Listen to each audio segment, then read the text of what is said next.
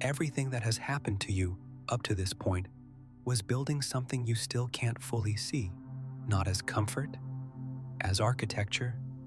There is a fundamental difference between a life that accumulates random experiences and a life that is building something with purpose.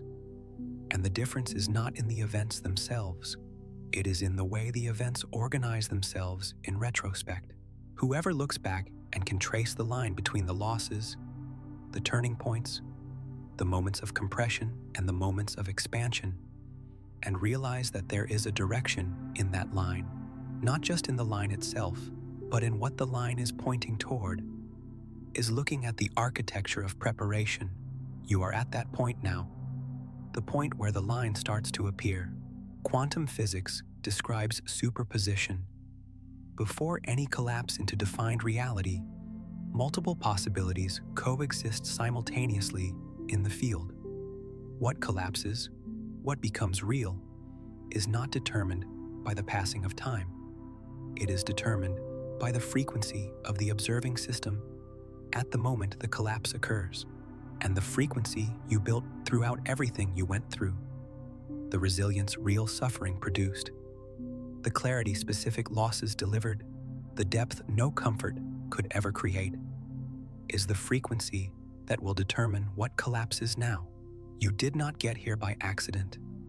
You got here because the configuration of who you became throughout the process is the exact configuration that what is about to emerge requires in the observer. You lived through years that the people around you will never fully understand when you tell the story. Difficulties that seemed excessive for the person you were back then, and that, in retrospect, will look perfectly proportional to what you were being prepared to do. The moments of almost giving up, almost surrendering completely, almost accepting a smaller version of what you are, and the repeated choice not to do that, not because of extraordinary courage, but because of something more basic and more durable, the refusal to deny what you knew was true about who you are and what you came here to do. That refusal is the building material of the extraordinary. You are not going to learn here what, specifically, you are meant to accomplish. You are going to recognize the process through which you are being prepared to accomplish it, and what that means for how you move through what still remains before arrival. This is the exact moment, not just any moment, the moment in which the preparation has reached a level of maturity where recognizing the process can change the way you collaborate with what is being built. Leaving before the end would mean missing the understanding that transforms what still remains from an obstacle to overcome into a process to complete. Less than 1% of the people being prepared for something extraordinary recognize the process while they are still inside it, and without that recognition, the process becomes longer and more costly than it needs to be, and there is a paradox that will fully reveal itself at the end. What you are being prepared to accomplish will not require more than what you already have. It will require you to use what you have become in ways you still haven't recognized as the resource it truly is. But before revealing the mechanism of preparation, we need to look at what has always prevented you from recognizing the process while you are still inside it. The most common behavior among people being prepared for something extraordinary is interpreting preparation as delay. You look at where you want to go, at what you feel you came here to do, at the version of your life that already exists as a possibility, and sometimes appears with the sharpness of something real, and you measure the distance between where you are and where you want to be as evidence that you have not arrived yet, as if arrival were the only state that matters, and the preparation process were merely the time that needs to pass before arrival becomes possible. That way of measuring creates a relationship with the process that weakens it, because it treats what is happening now as less real than what has not happened yet, and whatever you treat as less real. The preparation process slows down because preparation requires the complete presence of the being who's being prepared, not a presence divided between the here and the not yet. The problem is not impatience. It is the belief that the result is the only place where the extraordinary exists, when, in reality, the extraordinary is being woven right now in this process, in this configuration, that every specific experience you have gone through is building. The counterintuitive reversal is this: the extraordinary does not happen after preparation. It happens through it. Every difficulty you went through was not the entry fee for something that will happen later. It was the fabric from which the extraordinary that is emerging is made. The difference between preparation, treated as delay, and preparation inhabited as process is total. The first wastes what the process is producing because it is constantly oriented toward where the process has not yet arrived. The second uses every stage of the process for what it truly is, building material, and arrives at the point of expression with the integrity of something that has been fully built. Neuroplasticity confirms this.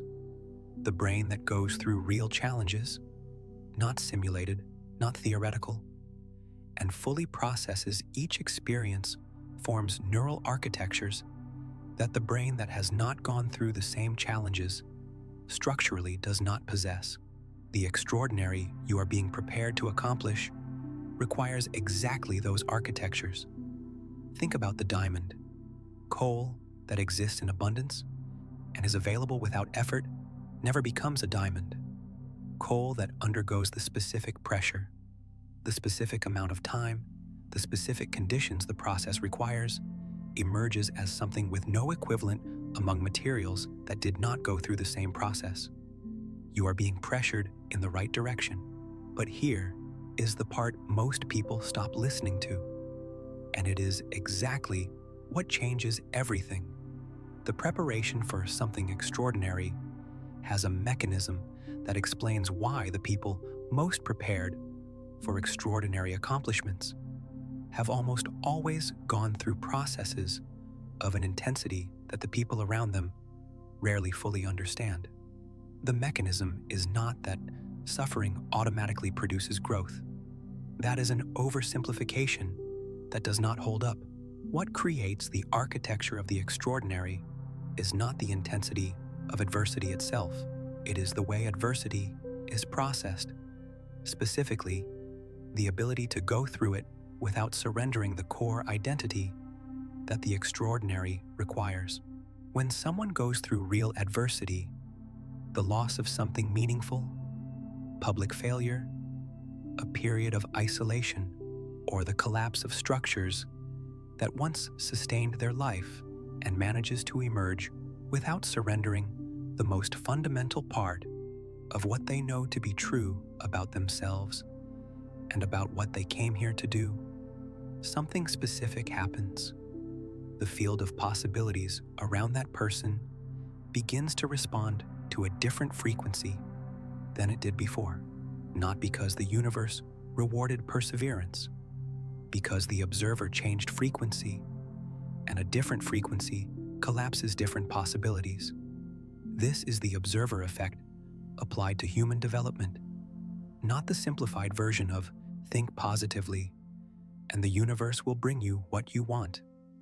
The precise version, the frequency carried by the observer, determines which part of the field of possibilities collapses into reality, and the frequency produced by a genuine preparation process is different from any frequency that comfort could ever create. Think of steel that needs fire in order to be tempered. Metal before the fire has strength, but it does not yet possess the internal structure that only the thermal process can produce. After the fire and the controlled cooling that follows, the molecular structure reorganizes itself in a way that makes the metal capable of things untempered metal could never do. The fire was not punishment. It was the construction process of the structure that its future use would require. Take a deep breath now. Inhale fully. Exhale slowly, releasing more than feels necessary. Inhale again.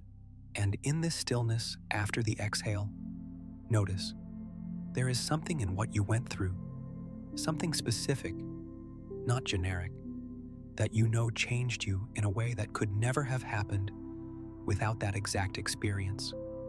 Don't analyze it, just recognize it. What you are recognizing right now is the architecture being seen from the inside. The practical consequence is direct. Every specific experience you went through, and that cost you something real, produced something specific that the extraordinary thing now emerging will require. And recognizing this relationship between what it cost and what it produced is what transforms the past from weight into capital. But there is an obstacle that prevents most people from using that capital, and it is built from the very same material as the capital itself. And once you truly understand this, you realize there is an obstacle nobody talks about. What blocks you is not what you think it is. The obstacle is not the difficulty of believing that something extraordinary is coming. It is the difficulty of believing that you, specifically you, with everything you've been through and everything you still carry, are suitable for the extraordinary thing that is being prepared. There is a specific voice that appears when the preparation process is more advanced, when you are closer to the point of expression than you have ever been before. A voice that does not question whether the extraordinary is possible in general. It questions whether it is possible for you specifically. People with a past like mine don't accomplish things of this magnitude. I still have patterns and limitations that someone truly prepared wouldn't have. What I went through marked me in ways I still haven't completely resolved. That voice uses what you went through as an argument against you, precisely when what you went through is the strongest argument in your favor. The central paradox of preparation for the extraordinary is this: the preparation process produces the abilities the extraordinary requires, and it also produces the marks inevitably left behind by the pressure of the process. And the voice that uses those marks as evidence against you is confusing the cost of the process with proof of inadequacy. The marks are not inadequacy. They are proof that the process was real. Your doubt about whether you are suitable for what is being prepared is not your enemy. It is the final guardian before the breakthrough. The instinct to protect yourself from the disappointment of attempting something extraordinary and failing, activated at the exact moment when the preparation is finally complete enough for the attempt to be different from all the ones before it. That guardian is not wrong for wanting to protect you. It is simply using the past as an argument when the past is exactly what created the competence. The difference between marks as evidence of inadequacy and marks as evidence of genuine preparation is exactly the difference between steel that sees the marks of fire as defects and steel that understands the marks of fire are what created the structure its future use would require. What specifically dissolves the voice that uses the marks as an argument against you instead of as evidence in your favor? That loop will remain open because the answer is a distinction that, once made precisely, dissolves the guardian at its root. If you made it this far, you are already seeing the preparation process more clearly than when you started. That alone is capital being recognized. So how do you move through this final guardian? Here is what changes everything. The solution to the voice that uses the marks against you is not convincing yourself that the marks do not exist or do not matter. It is making the distinction between what the process produced and what the process cost, and recognizing that these are different things, not the same thing. The process produced specific capacities that no easier path could ever have created. Resilience tested in real situations, not hypothetical ones. Empathy for dimensions of experience that those who have not gone through it simply do not possess. Clarity about what truly matters, which only appears when everything unimportant is stripped away by the cost. A way of existing in the world that has density, that is not easily shaken because it was built under conditions that tested the foundation itself. The process cost, energy, time, relationships, versions of yourself that did not survive the pressure. That is real. The cost was real. But the cost and the production are different things, and the voice that uses the marks against you is treating the cost as though it were the same as what the process produced, when in reality, they are the result and the price of the same process. The practical instruction is this: write 2 columns. In the first, list what the preparation process you went through truly cost you, without minimizing it. In the second, list what that same process produced that would not exist without it: capacities, clarity, depth, ways of seeing the world that you would never have had without the price you paid. When both columns are visible at the same time, the distinction between cost and production becomes clear in a way no internal argument can create on its own. Before continuing, pause here. Think about a specific cost you paid during the preparation process. Something you lost, surrendered, or that demanded real time and energy from you. And now ask yourself, what did that specific cost produce that you would not have otherwise? What do you know now about yourself, about what truly matters, about how things work, that you only know because you paid that specific cost? What appears in that second question is the capital. That is what the extraordinary will use. The voice that uses the marks against you dissolves when the distinction between cost and production becomes precise enough for what was produced to appear with the same clarity the cost always had. And when the capital becomes visible, inadequacy has no foundation left to stand on. That resolves the voice that was using the marks against you. But there is a deeper layer that determines whether the capital produced by the process will be used in a way that matches the extraordinary thing being prepared, or whether it will continue being treated as cost instead of resource. That layer is where preparation meets the precedent of all those who, before you, went through extraordinary processes in preparation for extraordinary accomplishments. Comment now, I am prepared, not as a declaration that you have already reached some final state, but as recognition that what you went through prepared you for what is coming. The declaration does not deny the costs. It affirms that the costs produced what the next step requires. And that deeper layer, it is where everything you learned either becomes permanent or disappears within days. You are not being prepared by a process with no precedent.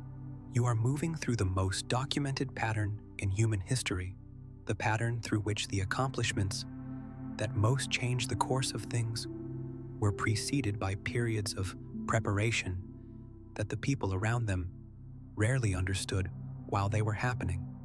The Hebrew tradition, especially the narratives of the Tanakh, documents with remarkable precision the pattern of preparation for the extraordinary. Moses spends 40 years in the desert before leading the Exodus. Joseph spends years as a slave and later imprisoned before emerging as the administrator of Egypt.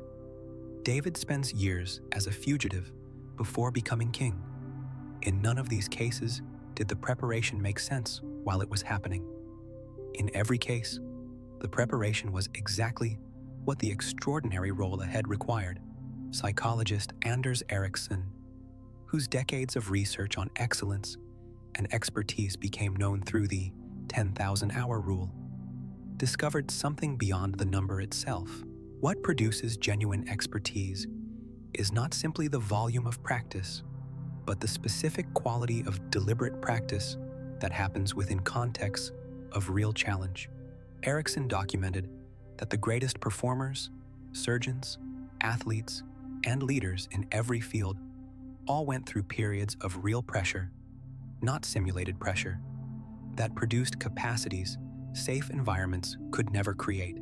Zen Buddhist tradition, especially through koans and dojo training, intentionally uses what masters call the Great Doubt and the Great Death, periods of dissolution of the former self, as the condition for the emergence of the being capable of what the former self could not achieve.